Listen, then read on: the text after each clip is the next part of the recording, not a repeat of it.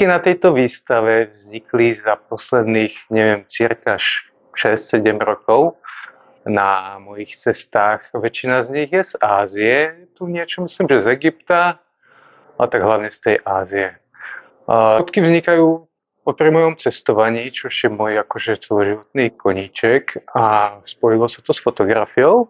Zrejme tak ako tie fotky, nesnažím sa, aby boli o tej cudzine, o tej exotike, nesnažím sa a priori ukazovať nejakých exotických ľudí alebo nejaké výnimočné miesta, nejaké pagody alebo exotické paláce alebo čo.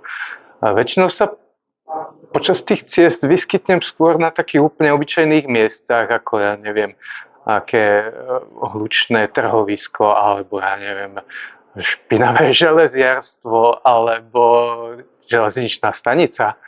Alebo len tak obyčajné predmestie, alebo v kľude aj nejaký taký slam, kde proste úplne obyčajné miesta, kde sa snažím nájsť nejaké také neobyčajné príbehy v obyčajných veciach a na tých obyčajných miestach.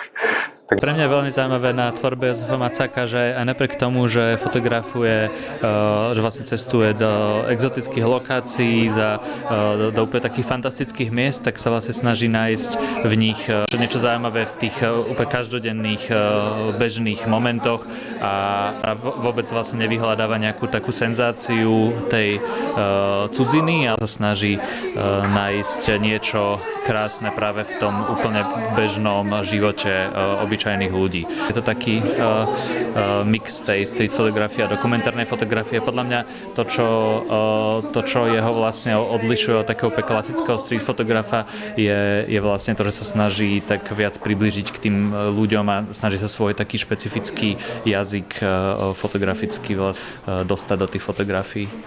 O tom ide, ako snažím sa zachytiť nejaký zaujímavý moment, nejakú súhru okolností, nejaký kontrast, podobnosť, alebo niečo vtipné, alebo nejaké gesto, nejaký zaujímavý prekryv, alebo niečo, čo ma zaujíme. Ne široký záber tých vecí, čo ma vedia zaujať, či už je to nejaká obširná kompozícia, kde sa deje 6 príbehov v jednom, alebo je to šípka na stene, pred ktorou sa zjaví chlapík a vypadá, ako by mu vychádzala z úst. Takže snažím sa nájsť niečo také zvláštne, zaujímavé naozaj na úplne obyčajných, jednoduchých miestach.